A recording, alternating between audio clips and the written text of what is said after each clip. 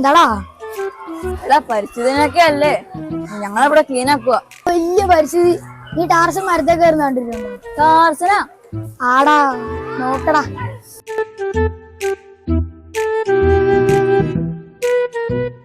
എടാ നീ മറഞ്ഞു വീഴും.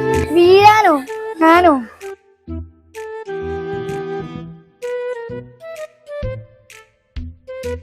എടാ ഞങ്ങൾ പിന്നെ ക്ലീൻ ആക്കുന്ന എന്തിനാടാ? കൊരങ്ങൻ കയറുന്ന പോലെ കേറുന്നുണ്ടില്ലേ? നീ പോടി കൊരങ്ങത്തി, നിന്നെ ഞാൻ ഇപ്പൊ ശരിയാക്കി തരാം. എടാ ഈ പരിസ്ഥിതി ഉള്ളതുകൊണ്ടാ നമുക്കൊക്കെ ശ്വാസം കിട്ടുന്നത്. ഓ പരിസ്ഥിതിയാണല്ലോ നീയൊക്കെ മൂക്കിലേക്ക് വലിച്ചേറ്റുന്നത്. എടാ ചാർലി, നിന്നെ സുനി സിസ്റ്റർ വിളിക്കുന്നുണ്ട്.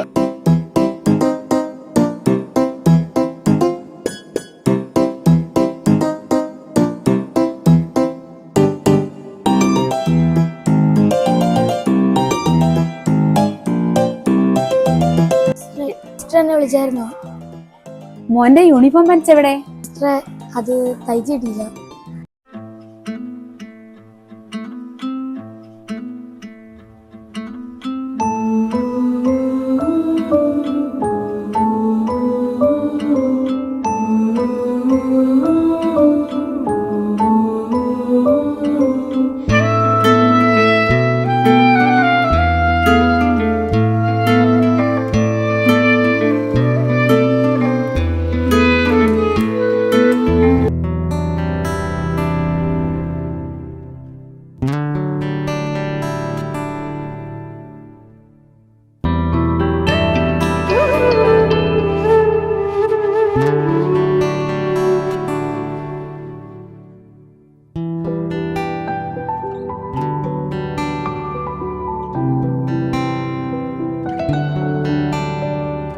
பூக்கள் பூக்கும் தருணம் மாறுயிரே பார்த்ததாருமில்லை.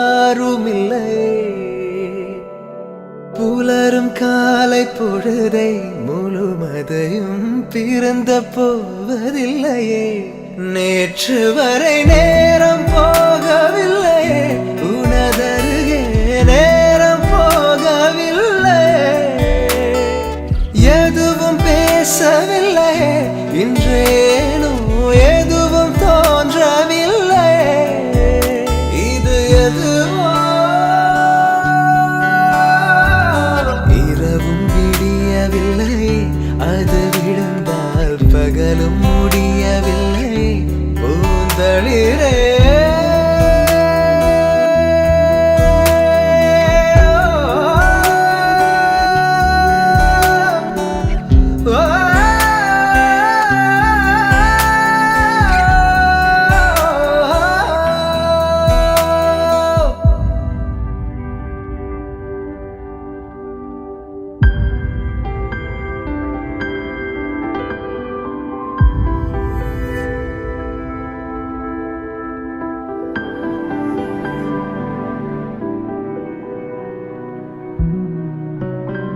வார்த்தை தேவையில்லை, வாழும் காலம் வரை பார்வை பார்வை மொழி பேசவே. நேற்று தேவையில்லை, நாளை தேவையில்லை, இன்று இந்த நொடி போதுமே. வேறென்று வித என்று வீழ்த்தூவும் மழை என்ற இதயன்ன இவள் தோட்டம் பூ பூக்குதே. வாலின்றி போரின்றி வலிக்கின்ற யுத்தம் என்று இதயன்ன இவனுக்குள் என வெல்லுதே. இதயம் முழுக இருக்கும் இந்த தயக்கம் எங்கு கொண்டு நிறுத்தும்? இதை அறிய எங்கு கிடைக்கும் விளக்கம்? அது கிடைத்தால் சொல்ல வேண்டும் எனக்கும். முதலிரே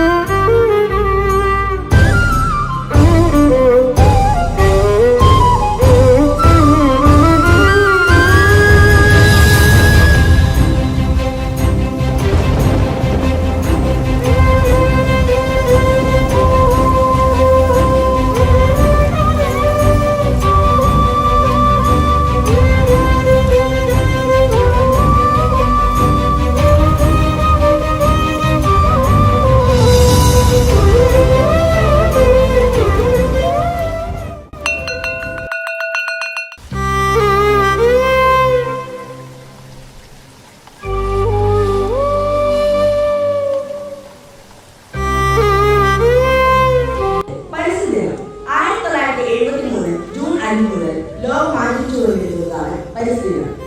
ഇത്തവണ ദ റിപ്പബ്ലിക് ഓഫ് കൊറിയയിൽ എൻഡിങ് ഓഫ് പ്ലാസ്റ്റിക് പൊല്യൂഷൻ എന്ന തീം മുൻനിർത്തിക്കൊണ്ട് ഈ എൻവയൺമെന്റ് ഡേ നമ്മളുടെ ആരംഭം കുറിച്ചിരിക്കുന്നു.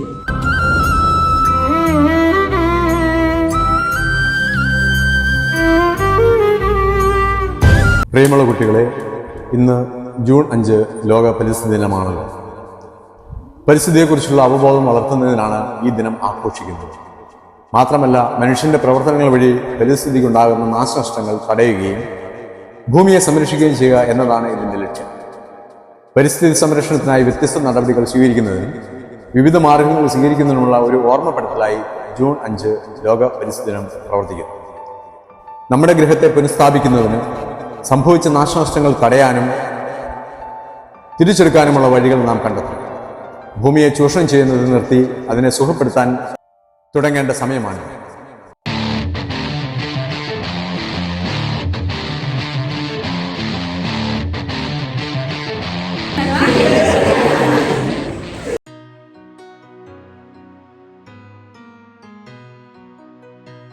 സിസ്റ്ററെ, എനിക്കൊരു ചെടി വേണം.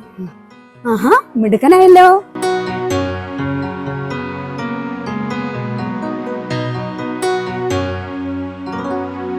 ഇത് ബോഗൻവില്ല. ലൂയിസ് ബോഗൻവില്ല എന്ന ഒരു സഞ്ചാരി തന്റെ യാത്രക്കിടയിൽ പുതിയ ഒരിനം ബോഗൻവില്ല കണ്ടെത്തി. പിന്നീട് ആ പൂവ് അദ്ദേഹത്തിന്റെ പേരിൽ തന്നെ അറിയപ്പെടാൻ തുടങ്ങി. ഒരു കാര്യം ചെയ്യണം, മോൻ ഈ ചെടി കൊണ്ടുപോയി നട്ട് നന്നായി പരിപാലിച്ച് ഇത് നല്ല മിടുക്കൻ ചെടിയായിട്ട് വളർത്തി കൊച്ചു മിടുമിടുക്കനാകണം കേട്ടോ. ഒരു തൈ നടാം നമുക്കമ്മയ്ക്ക് വേണ്ടി, ഒരു തൈ നടാം കൊച്ചു മക്കൾക്ക് വേണ്ടി, ഒരു തൈ നടാം സോറി വേണ്ടി.